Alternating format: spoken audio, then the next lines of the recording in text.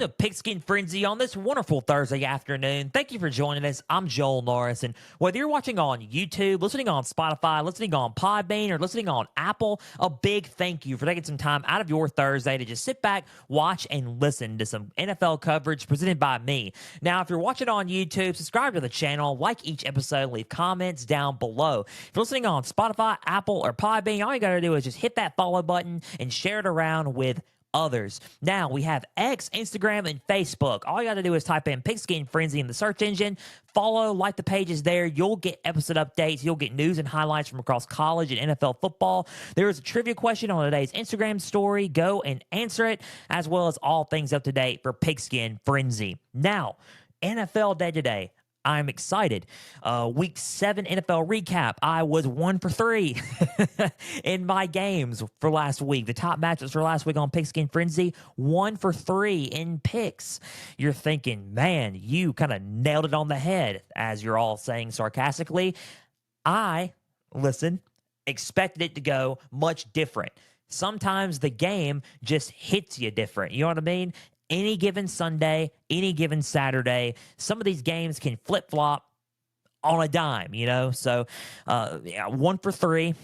You already know, if you're listening to the show, which game I got right, and I'll tell you which game I got right eventually. Now, we're also going to cover Week 8 preview and predictions. We're going to talk about the top matchup for Week 8, break those down.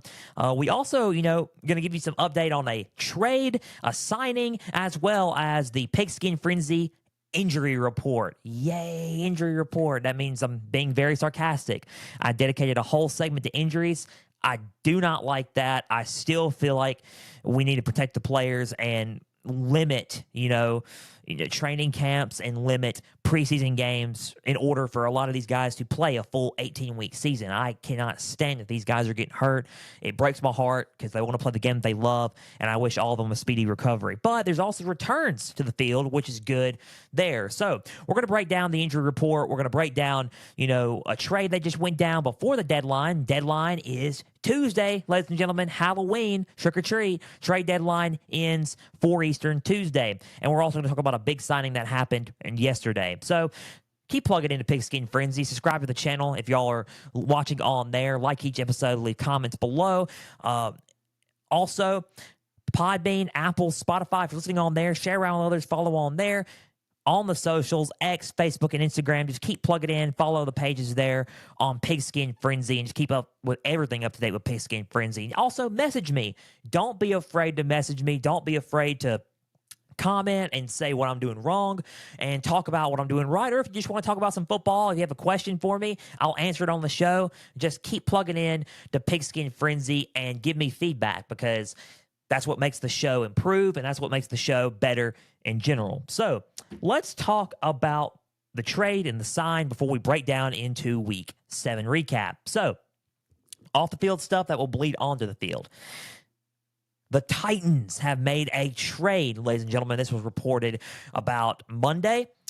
The Titans have traded safety Kevin Byard to the Eagles for a 5th and 6th round NFL draft pick in 2024 and defensive back Terrell Edmunds. The Titans get the 5th and 6th round draft picks for 2024 and defensive back Terrell Edmunds. The Eagles get safety Kevin Byard. The Eagles have been kind of, on the heels trying to find a safety, and they found a safety in Kevin Byard. Kevin Byard's one of the most underrated safeties in the league, I would assume. He's done really well for the Titans, and I'm kind of excited to see him join the Philadelphia Eagles to help that secondary out in the backfield on defense. He plays good. He protects the backfield on defense very well. Yes, of course, he's got a lot to improve on when it comes to, trying to mix his coverages up. But at the same time, he's actually improved a lot better as the years have gone on. And I think Kevin Byard is a solid choice to be, in the backfield for the Philadelphia Eagles, along with Reed Blankenship and Darius Slay, amongst others on that Philadelphia Eagles team. The Titans get defensive back Terrell Edmonds, who played in the Miami Dolphins game. He actually made an impact in the Dolphins game this past Sunday. So we're going to talk about him in just a minute. Terrell Edmonds played his final game as an Eagle Sunday. He goes to the Titans as they play against the Falcons Sunday. It's so crazy to think about. This is just so different. It's just a little off topic, but not really. To think that you're an NFL player and then 1 week you're in a uniform and in a whole new city, and then the next week you're in a whole new city in a different uniform. It's crazy how that works. I'm talking to you, Mecole Hardman. I'm talking to you. Anyway, so the Titans have traded safety Kevin Byard to the Eagles for a 5th and 6th round draft pick in 2024 and defensive back Terrell Edmonds. And there's really nothing to say here. Kevin Byard, they got their safety in Kevin Byard. Kevin Byard is moving to Philadelphia, and Terrell Edmonds goes to the Titans for 2 key draft picks in the 2024 draft. So trade that happened during the deadline, and both teams got the deal done. Also, there's been rumors, and I saw this yesterday, that Hunter Renfrow, wide receiver for the Las Vegas Raiders, and the Raiders are working out a deal right now to find him a trade. That comes off the heels of, Devontae Adams being unhappy and a lot of guys being unhappy within the Las Vegas Raiders organization right now. Hunter Renfrow seeking a trade. That's an interesting thing going on there. There's a lot of guys who aren't available for a trade, and I'll give you an update on that right now. Linebacker and defensive end Brian Burns for the Carolina Panthers. They say that he is not available for a trade. Speaking of the Raiders, wide receiver Devontae Adams is not available for a trade at this time. Giants running back Saquon Barkley will not be traded during this time. There's also more updates on odds for the trade deadline. Running back Derrick Henry is expected to be a name that is being shopped, along with wide receiver DeAndre Hopkins. So the Titans are shopping running back Derrick Henry and DeAndre Hopkins, wide receiver. They just landed during the offseason. So this is surprising news that they're shopping both of them before the deadline. The Bills are the favorites to land running back Derrick Henry at this current time. We don't know. Those are just the odds and makers in Vegas betting right now. So I don't know. It's not a source, not anything. It's just odds who are the favorite to land Derrick Henry at this time for his services. So that's a little bit of what's going on during the trade deadline and what's happening before Tuesday. I'm going to talk about the trade deadline a lot next week and give you the skinny, if you will, on who got traded and who landed where as the results of the trade deadline came through. It's a big thing happening Tuesday. It's a big thing, and we're going to talk about it on next Thursday's episode of Pigskin Frenzy. I was just giving you a little bit of updates because I said I was going to talk about it right now. So those were the trades. That's the trade that happened. Those are the trade deadline updates and who's being shopped and who is unlikely to be traded at this current time. Now, signing really quick. We're going to talk about that really fast before we go to the recaps. Defensive end and linebacker Frank Clark. He is signed with the Seattle Seahawks. He is signing with the Seattle Seahawks. And let me go on and tell you something. This news broke yesterday. I was sitting there thinking, okay, since Mecole Hardman is going back to the Chiefs, let's bring back the OGs. Let's bring back Frank Clark and, let's bring back the OGs to Kansas City, right? Kansas City needs, some guys. I say we like I'm a Chiefs guy, but, I've been to Kansas City a lot. So, but anyway, Frank Clark signs with Seattle. The team that drafted him, in fact, Seattle drafted him in 2015, second round pick out of Michigan, signs with Seattle, then leaves and goes to the Kansas City Chiefs and wins a couple of Super Bowls there. He was a good and a pretty solid threat on the edge for, offensive linemen and for the opposing offenses against Kansas City. So a lot of people were thinking that him and Chris Jones were going to reunite up that front seven. Didn't appear to be that way. He's re-signing with the Seattle Seahawks.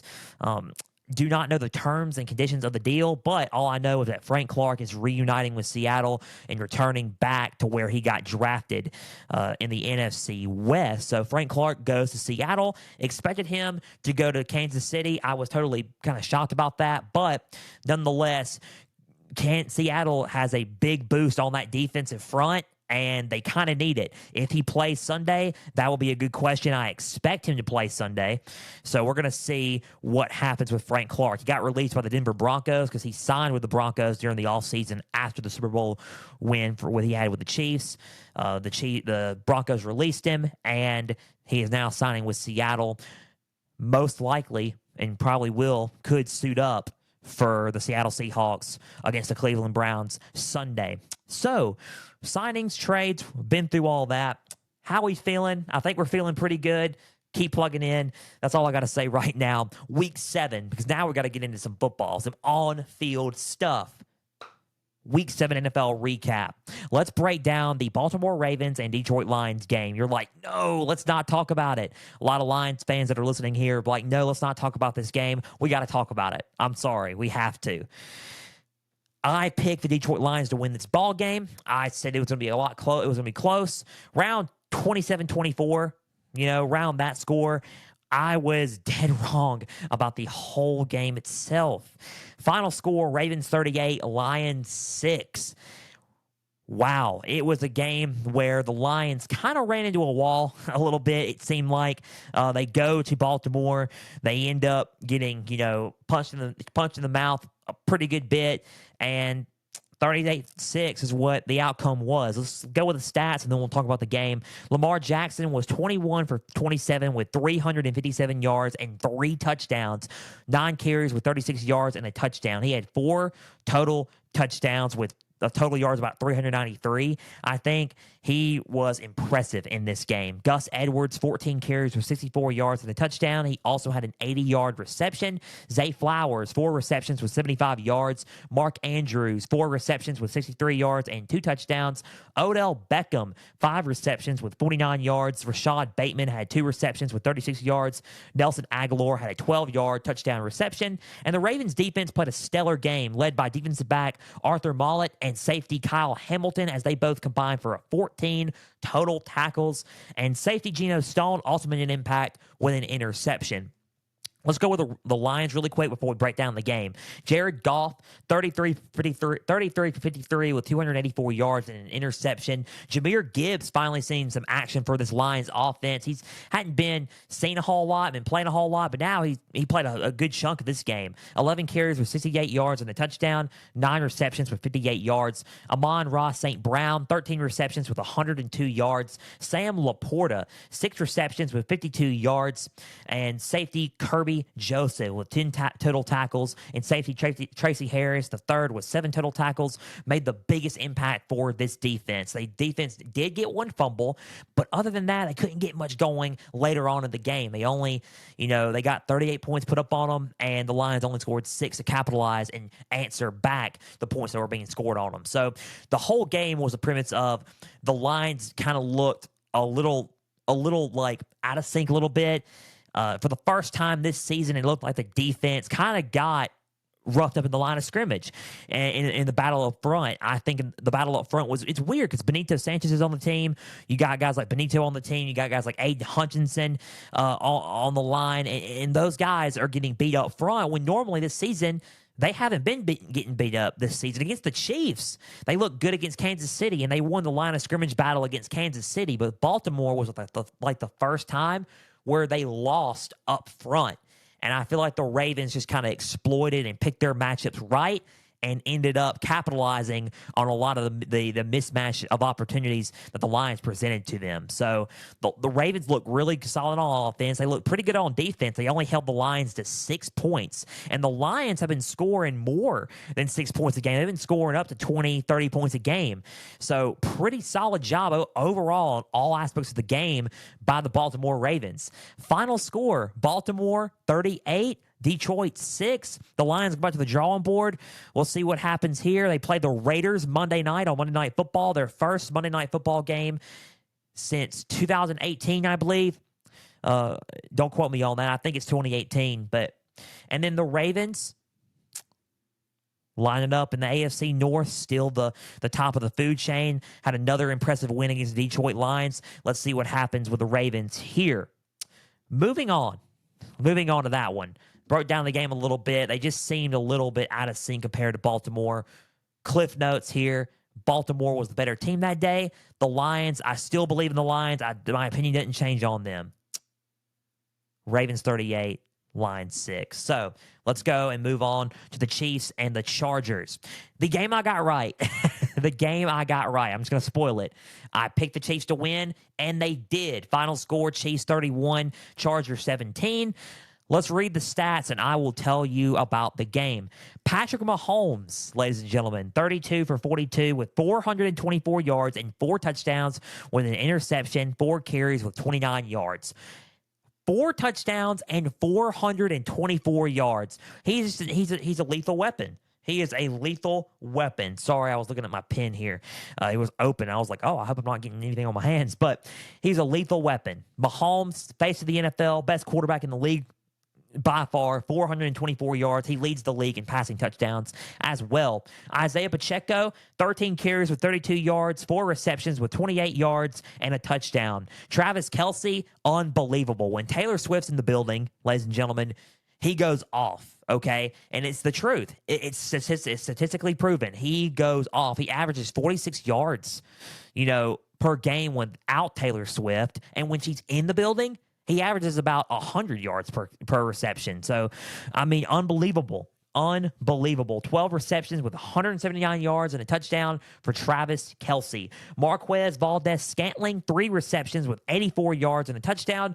Rashee Rice, he's getting better and better as the game goes on. 5 receptions with 60 yards and a touchdown. The Chiefs defense stepped up and caused some disruption for the Chargers offense. That included 2 interceptions. One by defensive back L'Jarius Sneed and one by safety Brian Cook later in the game. Let's talk about the Chargers really quick. Justin Herbert got 17 for 30 with 259 yards and a touchdown with 2 interceptions. Joshua Kelly, 7 carries with 75 yards and a touchdown. Austin Eckler, 14 carries with 45 yards. Joshua Palmer, 5 receptions with 133 yards. Keenan Allen, 4 receptions with 55 yards. Gerald Everett, 3 receptions with 26 yards and a touchdown. And safety Dean Marlowe, a defensive back Asante Samuel Jr. were the highlights for this defense, with 11 total tackles from Marlowe and an interception from Samuel. Other than that, there was kind of trouble stopping the Chiefs' offense, and the Chiefs put up 483 total yards of offense on the Chargers. Breakdown of the game itself, 483 total yards of offense. It's still one of those things where, yes, there is some improvement along the secondary and the defensive backs from the Chargers. Look at Asante Samuel and D. Marlowe. 11 total tackles from Marlowe and an interception from Asante Samuel. They were covering some of the guys well. And there were some key moments from both teams where they showed signs of flaws. The Chiefs are 6-1 now. Chargers are 2-4. But when you look at the Chargers, there just seems like a little bit more flaws than the Chiefs, obviously. The Chargers, let's break down the Chargers before we break down the Chiefs really quick. I usually break down winners first, but let's talk about the Chargers. Again, I say it as much as I beat with a dead horse with the Los Angeles Chargers.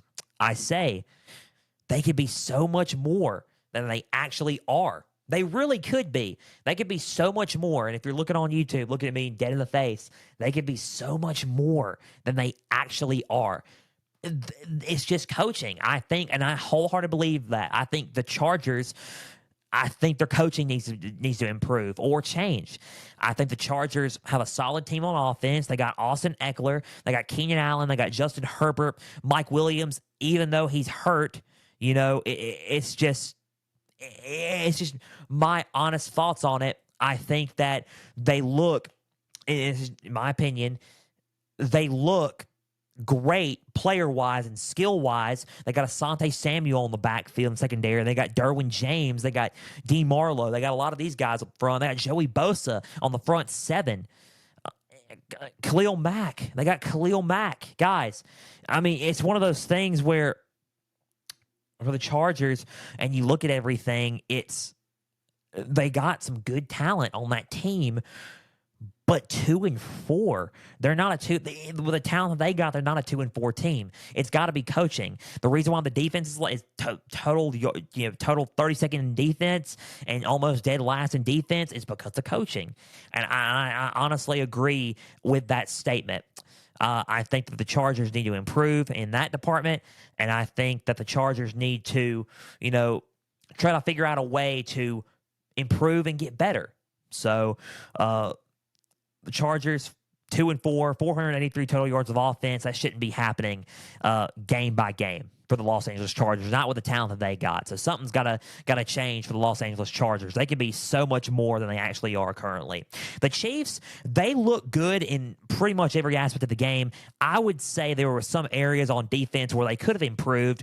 A few plays that they gave up on defense was kind of iffy, even though they're a top 5 defense, even though they're top 2 in special teams and top 4 in offense.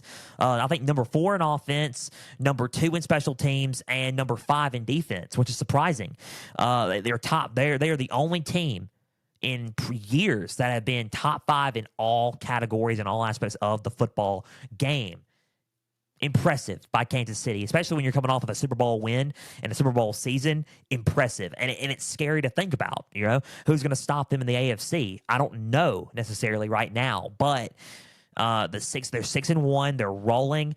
I would say a little bit is clean up a little bit of the penalties. I think penalties, and a lot of these penalties against like the false start penalties that they had could have been a thing that could be controlled. I would say clean that up and everything's fine. Overall, the Chiefs look good. They're rocking and rolling. They got a game against the Denver Broncos coming up, and they are looking like they're trying to go 7-1 and roll until, a couple of weeks. Week 10 is their bye week, so they got their next 2 games against the Broncos and the Dolphins. A date with destiny against the Broncos, against the Miami Dolphins in Frankfurt, Germany. So we're going to see what happens November 5th there, but the Broncos are coming up Sunday once again. Final score, 31-17. Chiefs rout the Chargers. Chargers, again, could be something better than they actually are right now. Chiefs are looking to keep rolling, and they are the favorite, obviously, in the AFC. Moving on to a team that I said that was going to win and was up there with the Chiefs as the favorite to win the AFC, and they still are. They can still compete, but Sunday I was way off. And Sunday night I gave the Dolphins good amount of credit, which they deserve, but I slept on the Philadelphia Eagles. I'm going to tell you about that in a minute. Excuse me. Final score, Eagles 31, Dolphins 17. Jalen Hurts, ladies and gentlemen, played cold. He was cold. And I'm not talking about cold in a bad way. He wasn't making a mistake. He made only one blemish, and that was an interception, but he played like he played like an MVP caliber player. He played cold, ladies and gentlemen. As I pick up my pen. 23 for 31 with 279 yards, 2 touchdowns with 1 interception, 11 carries with 21 yards and a touchdown. DeAndre Swift, 15 carries with 62 yards, 3 receptions with 13 yards. Kenneth Gainwell had 8 carries with 16 yards and a touchdown. A.J. Brown, 10 receptions with 137 yards and a touchdown. A.J. Brown played lights out, by the way. He played solid. Dallas Goedert, 5 receptions with 77 yards and a touchdown. Devontae Smith, 4 receptions with 49 yards. Defensive back Terrell Edmonds played his last game before being traded with the Titans with 9 total tackles. Defensive back Darius Slay also notched an interception. Let me go with the Dolphins before I get to the breakdown of the game. By the way, the Kelly Green unis for the Philadelphia Eagles looked pretty solid. So I thought those were pretty cool. Let's go with the Dolphins really quick. I thought those were really, really cool to see. Tua Tagovailoa, 23 for 32 with 216 yards and 1 touchdown with an interception. Raheem Mostert, 9 carries with 45 yards, and he also had a 6-yard reception. Tyreek Hill, 11 receptions with 88 yards and a touchdown. Jalen Waddle, he hurt his back but returned. He had 6 receptions with 63 yards. I will keep you updated on Jalen Waddle as they, move ahead towards their week. Cedric Wilson, 2 receptions with 48 yards. The defense played with a lot of intensity, but they just got outmatched at the very end, later in the game. Linebacker Jerome Baker had 11 total tackles and a pick 6.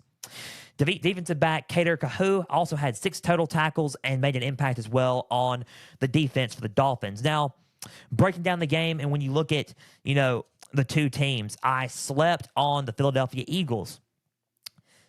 The Eagles are a team, when you look at them, that, okay, they kind of were playing teams close. You looked at, for example, the Rams. When you think of how they were last year and you think of, oh, the Eagles should have blown the Rams out, right? Because the Rams are a team that's kind of rebuilding. The Eagles are prime and ready for a spot now, but they kind of played them close, and it was a closer game than advertised, right? Everyone was talking about the Eagles, how they started and how they finished, but the Eagles played their first complete game in a long time, and I think a lot of people, including myself, slept on the Philadelphia Eagles this past Sunday. It was just hard to see because of the white-hot offense that the Miami Dolphins were presenting going into this game. I think that the defense played with a lot of intensity for the Dolphins. Again, they just got outmatched by some of those key players like A.J. Brown, like Dallas Goedert, like Devontae Smith. I think the Eagles are still a top team in the NFL, and they showed that. I'm going to get to the 49ers in a minute, but my opinion has not changed on the 49ers. I still think the 49ers are one of the best teams, but I do not think that right now, currently, they may not be the best team in the league. The Niners may not be the best team in the league right now because you've got the Chiefs. You've got the 49ers still. The Bills are kind of up and down, but the Bills are still hanging around in there, and you got the Philadelphia Eagles. You got teams like that out there that are vying for those top spots. You got the Miami Dolphins still. They're still in it at 5-3. So when you look at the Dolphins, I don't know. It's just one of those things where you look at it, it's just, I don't know. We just got to see what happens there. My opinion has not changed, like I said, but the Eagles look pretty solid. I shouldn't have slept on them, and that was wrong of me to sleep on them. I issue an apology to the Philadelphia Eagles. They look solid. Dolphins, they played with a lot of intensity up until later in the third quarter, and then they just kind of got outmatched, and that's fine. It happens. I think the Eagles had a little bit more talent on the defensive side of the ball to kind of slow down what the Dolphins were presenting on offense. So final score, Eagles 31, Dolphins 17. The Eagles look pretty good. Dolphins still look pretty good too. I thought it was a good game overall until in the fourth quarter, and the Eagles just kind of ran away with it by 14. So Eagles 31, Dolphins 17. We're going to see what happens when Washington when Washington comes to town. The Eagles play Washington. We're going to see what happens with the Dolphins this Sunday coming up in week 8. So moving on, last game before we get to our injury report and break down week 8 of the NFL. So Monday Night Football, Vikings and 49ers. I was wrong about this one as well. I thought the Niners were going to come out. They were going to come out and they were going to pull it out. Close one. I was wrong about this. Final score, Vikings 22, 49ers 17. Kirk Cousins looked like a madman, ladies and gentlemen. You're talking about top 10 quarterbacks out there. Justin Jefferson put the chain on him. He put the chain, top 10. Top 10 Kirk, guys. Top 10 Kirk. He played like it. 35 for 45 with 378 yards and 2 touchdowns with 1 interception. Alexander Mattinson, 8 carries with 39 yards. Cam Akers, 10 carries with 31 yards and 2 receptions with 30 yards. Jordan Addison, that duo with Kirk Cousins was just electric. A good substitute for since Justin Jefferson is out recovering from his hamstring injury. So 7 receptions with 123 yards and 2 touchdowns for Jordan Addison. TJ Hawkinson, 11 receptions with 86 yards. Brandon Powell, 4 receptions with 64 yards. KJ Osborne had 5 receptions with 47 yards. And safety Cameron Bynum had racked up 9 total tackles and 2 interceptions and was a big contributor to the Vikings defense against the Niners. Now, going with the stats here. Brock Purdy, 21 for 30 with 272 yards and a touchdown with 2 interceptions, 5 carries with 19 yards. Christian McCaffrey, 15 carries with 45 yards and a touchdown, 3 reception with 51 yards and a touchdown. And this is following off the heels of his oblique injury, and he recovered from it. Now he's playing through it, I guess. So George Kittle, 5 receptions with 78 yards. Brandon Ayuk, 5 receptions with 57 yards. Juwan Jennings, 5 receptions with 54 yards. Linebackers Dre Greenlaw and Fred Warner made big impacts, with Greenlaw racking up 10 total tackles and Warner racking up 13 total tackles. Defensive back Javarius Ward had 5 total tackles and an interception as well. It was a stellar performance by the 49ers defense. Now, When you look at the game late, I feel like on the last drive, Brock Purdy kind of cost them a tiny bit. I think Brock Purdy, a little bit with some of the decision making he made was kind of iffy, and I think in the long run, with the interception, is what cost them the game and sealed the deal for Minnesota to win a crucial game, as the Minnesota Vikings are now 3-4 and the Niners are now 5-2.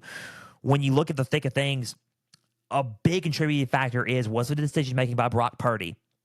I think overall the Niners had a solid game, just the decision making late by him. But when you think about it too, the Niners are really beat up, and that's not me making an excuse for the 49ers. They lost the game clean, no excuse. The Niners lost. The Vikings played a solid game plan. They put up a good game plan together.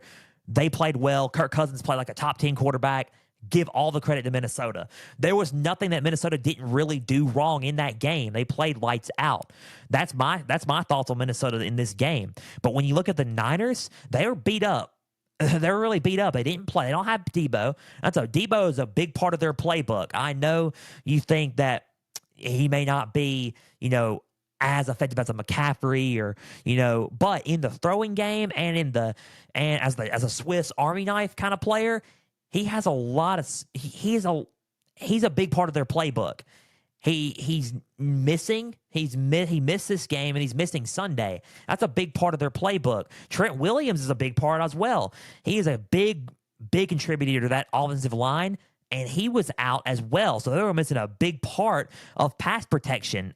So when you look at how beat up they are, they're beat up on defense, they're beat up on the offense, they're dealing with a lot of injuries. And I think that's a big part of why they dropped this game and why this game was so close at first. Not just the decision-making by Brock Purdy. That needs to change a little bit, and he'll evolve. He'll evolve. He's 3-1 in primetime games now. So it's not like Brock Purdy's – it's one game. But when you look at the injuries, I think the injuries are starting to be a little bit of a concern for the Niners. My opinion has not changed. But I'm going to dial back on saying that they're the best team in the league right now, because with the injuries adding up, could they have that potential of being the best team if they don't have all their guys at 100%? So I don't really know that. But the Niners are still one of the best in the league. Final score, Vikings 22, 49ers 17. The Vikings look good. If they keep rolling like this, I expect them to come back and try to make a spot for themselves in the NFL playoffs. So we're going to see what happens here with the Minnesota Vikings. They look good. We're going to see what happens with Kirk Cousins and his contract status. That's happening during the offseason, though. He looks good. Top 10 quarterback for sure. This is going to keep a lot of eyeballs on Kirk Cousins, after Monday. Update on Brock Purdy. We'll get to that on the injury report in a minute. Final score, Vikings 22, 49ers 17. Vikings look good. Let's see what the 49ers do against Cincinnati coming up Sunday. So, Pigskin Frenzy injury report. That was the Week 7 NFL recap. I'm going to go through this really, really quick. Speaking of Brock Purdy and Deebo Samuel for the Niners. 49ers wide receiver Deebo Samuel missed this past Monday, and again, he will miss the Bengals game Sunday due to the hairline fracture in his left shoulder, and he will be reevaluated after the bye week. Trent Williams is still down. There's no update on him yet. Brock Purdy is now in concussion protocol, as Kyle Shanahan announced in the 49ers press conference yesterday. He is in concussion protocol. We will see if he passes or not with flying colors before Sunday's game against the Cincinnati Bengals. We will see what happens there. Maybe Sam Darnold time. Who knows? The NFL, this is an interesting story coming out. The NFL is looking into the Falcons for the usage of running back Bijan Robinson after he was pulled from the Falcons game against the Buccaneers. He had 1 carry for 3 yards, and Coach Arthur Smith said that he was not feeling well, quote unquote.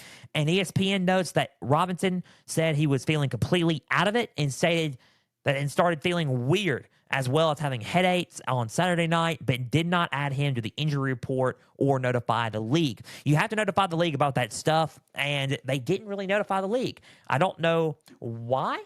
Do not know why, and whatever, what other aspects are going on with Bijan Robinson. I hope he's feeling okay.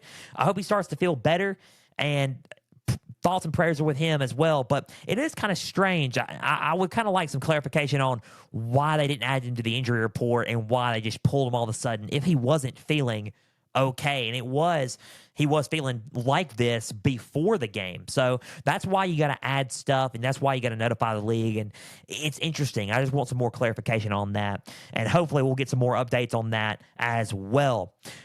Bills tight end Dawson Knox will have wrist surgery, and his return is unknown at this point. Dalton Kincaid will step up tonight as the main tight end against the Buccaneers. We'll talk about that game in Week 9 in a minute.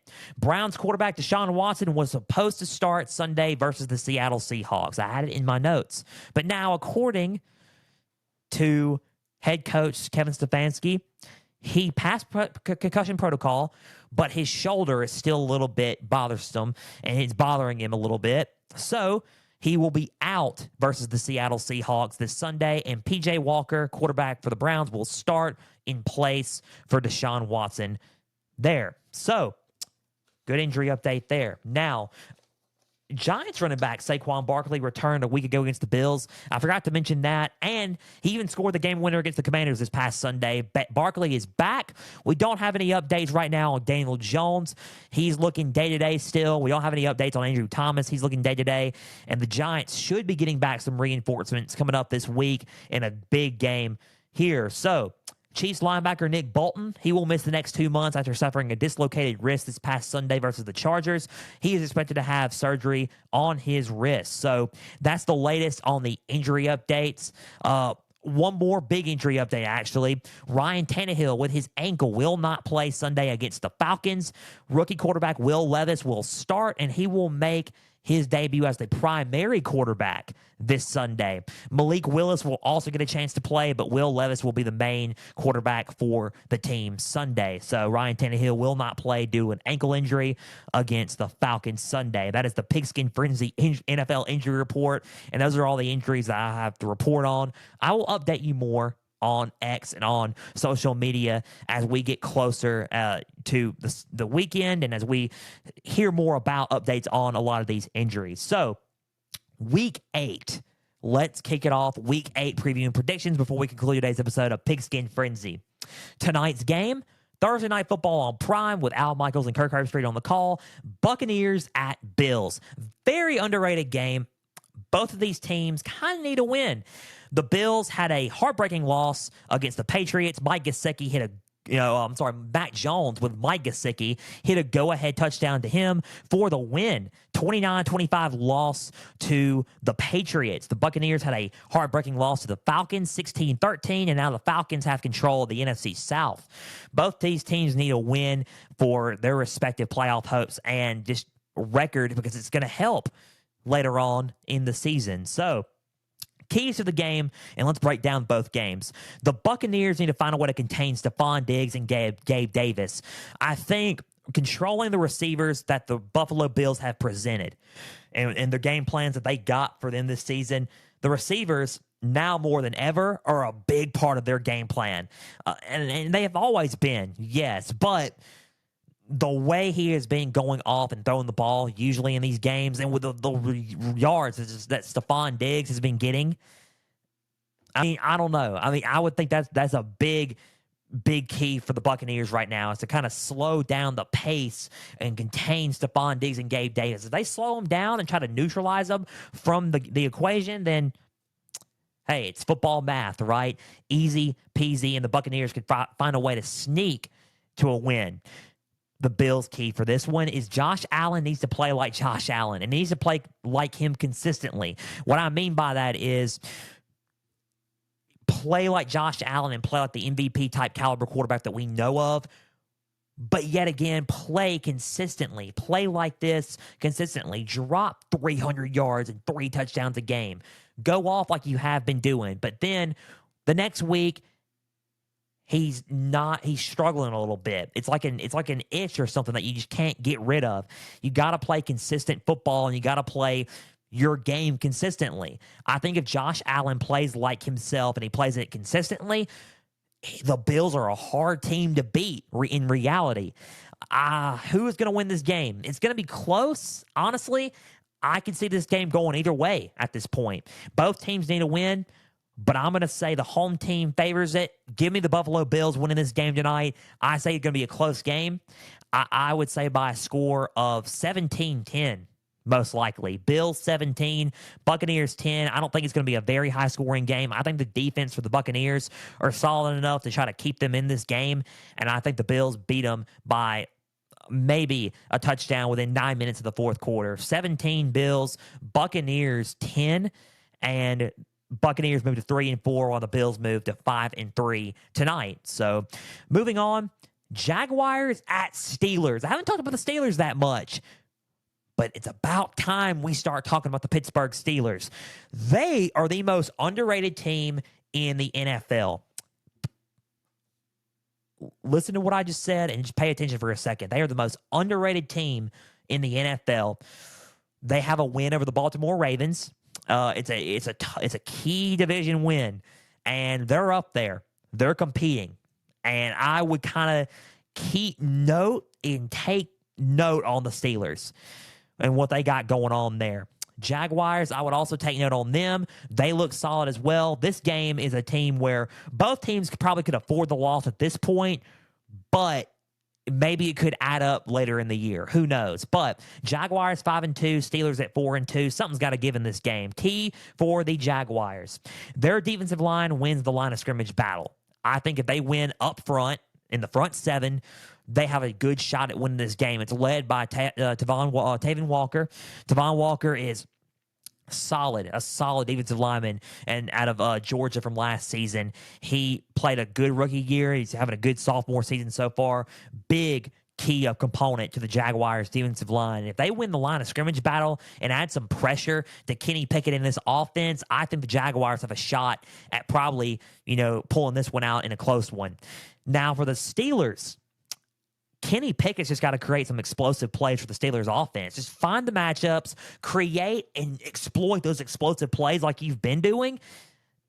And then the Steelers are going to win. I think the Steelers can win the ball game. They could probably compete against anybody in the NFL and work hard at it because of what Kenny Pickett's doing and how creative he is with the offense. I like Kenny Pickett. I think he's been a very underrated asset to the NFL, and I think he's been an underrated asset for the Pittsburgh Steelers. Good draft choice for the Steelers, and it's proven this season right now that he's a pretty solid draft choice.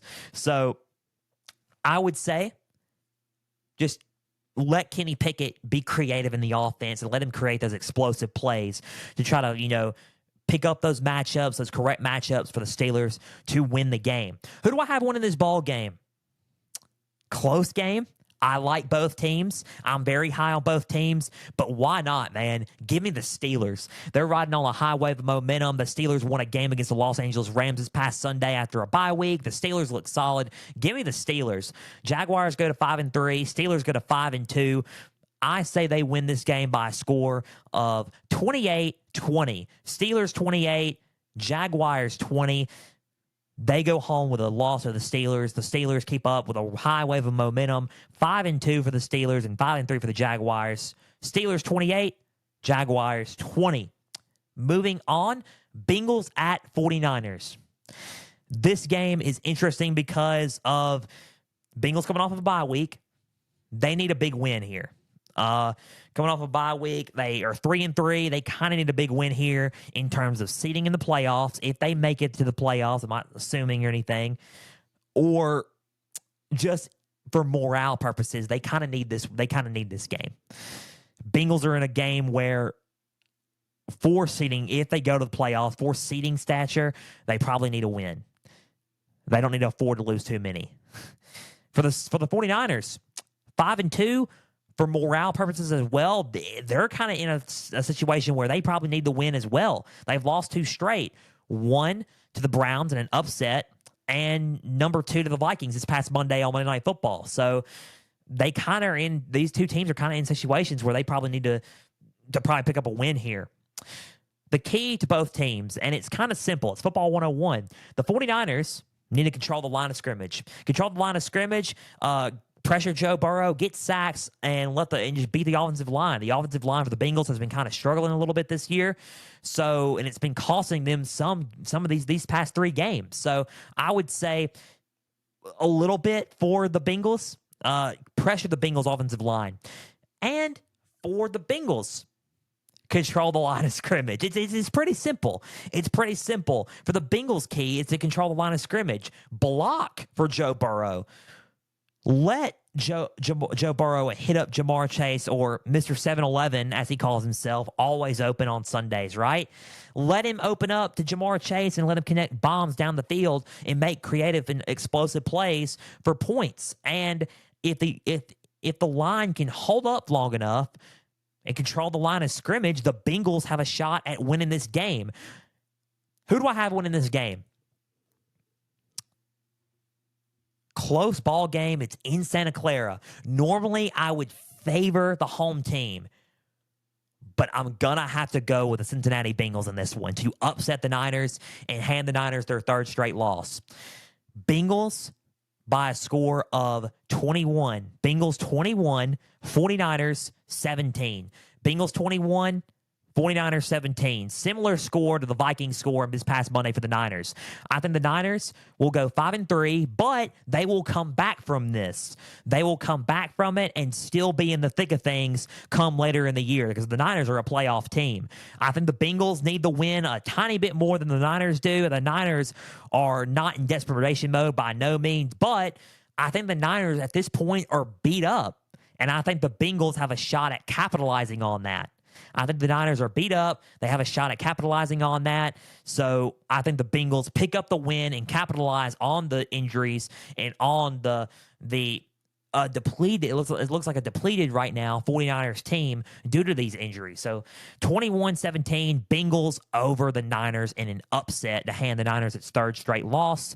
Not too many more losses for the Niners, but the Niners could probably afford to drop this one ahead of a longer season, and it's still a hopeful season for the 49ers, and could be for the Bengals if they pull off this upset win.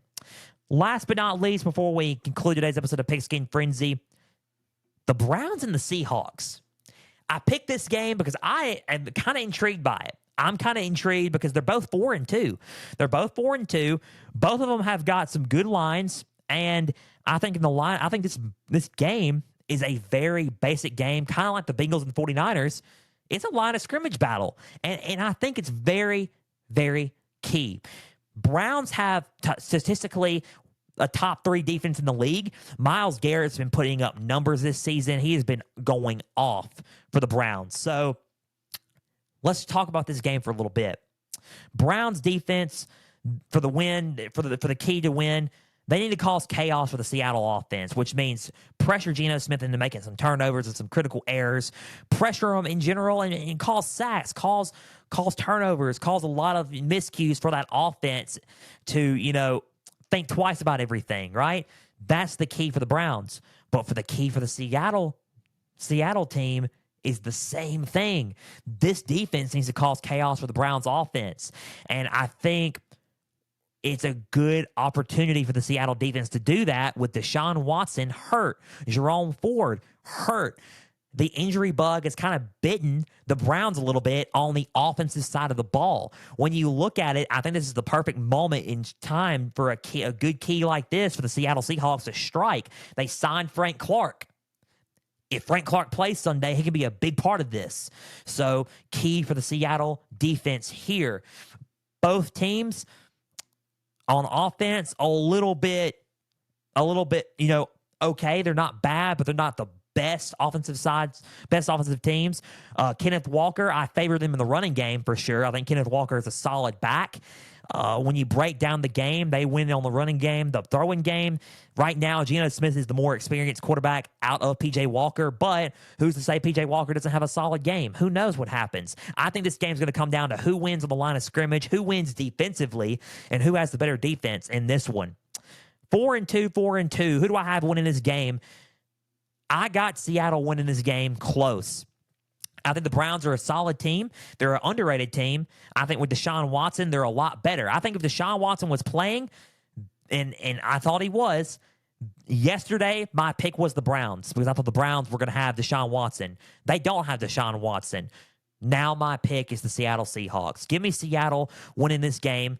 All these games are going to be close. I think this game will be closer. Give me this game. Seattle 24, Cleveland 21, Seahawks 24, Browns 21. They win the game. Seattle goes to 5-2 while the Browns go to 4-3. That just about does it for Pigskin Frenzy today. A big thank you for taking some time out of your Thursday to just sit back and watch and listen to some NFL coverage presented by me.